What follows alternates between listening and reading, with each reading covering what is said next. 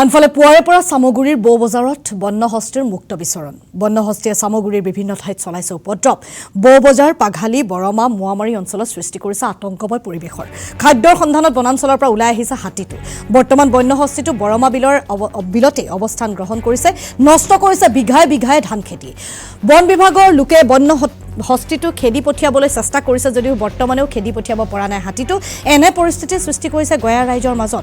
দিনত হলে তহিলং কৰে খেতি পথাৰ, নিশা হলে মানুহৰ বৰঘৰত সোমাই হাতীৰ জাক। গতিকে এতিয়া উপায়বিহীন হৈ পৰিছে স্থানীয় লোকসকল। বাৰম্বাৰ এক প্ৰকাৰ বন বিভাগক নিবেদন কৰিছে যদিও কোনো ধৰণৰ সুফল পোৱা নাই। পুৱাৰে পৰা সামগুৰি বৌ বজাৰ বন্যহস্তীৰ মুক্ত বিচৰণ। ইটোৰ পিছত সিটোকৈ বাসগৃহ এইদৰে গছকি ভাঙি তহিলং কৰিছে হাতীৰ জাকে।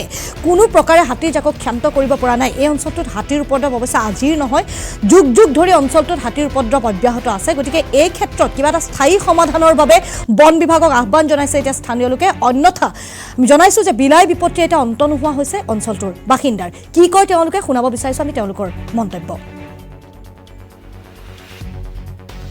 এইটো সামগুৰি সমষ্টিৰ বৰমা বিল হয়। এইটো আজি ৰাতিপুৱাৰ পৰা হাতী ইয়াত ঘূৰি আছে। গতিকে ইয়াত বহুত খেতি বাতিও আছে, খেতি বাতি নষ্ট হৈছে, চাং ভাঙিছে। গতিকে আৰু ইয়াত আপোনালোকে দেখিছে মানুহৰ বীজ যথেষ্ট হৈছে।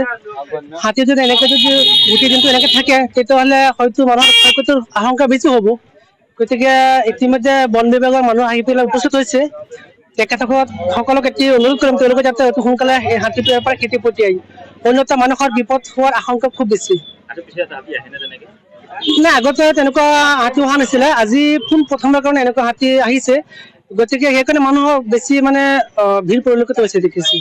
এইটো সামগুৰি সমষ্টিৰ বৰমা বিল হয়। এইটো আজি ৰাতিপুৱাৰ পৰা হাতী ইয়াত ঘূৰি আছে। গতিকে ইয়াত বহুত খেতি বাতিও আছে, খেতি বাতি নষ্ট হৈছে, চাং ভাঙিছে। গতিকে আৰু ইয়াত আপোনালোকে দেখিছে মানুহৰ বীজ যথেষ্ট হৈছে।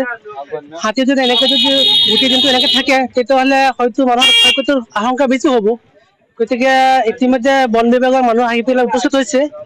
তেখেতসকলক এটি অনুৰোধ কৰিম তেওঁলোকে যাতে অতি সোনকালে এই হাতীটো ইয়াৰ পৰা খেতি পঠিয়াই, অন্যথা মানুহৰ বিপদ হোৱাৰ আশংকা খুব বেছি।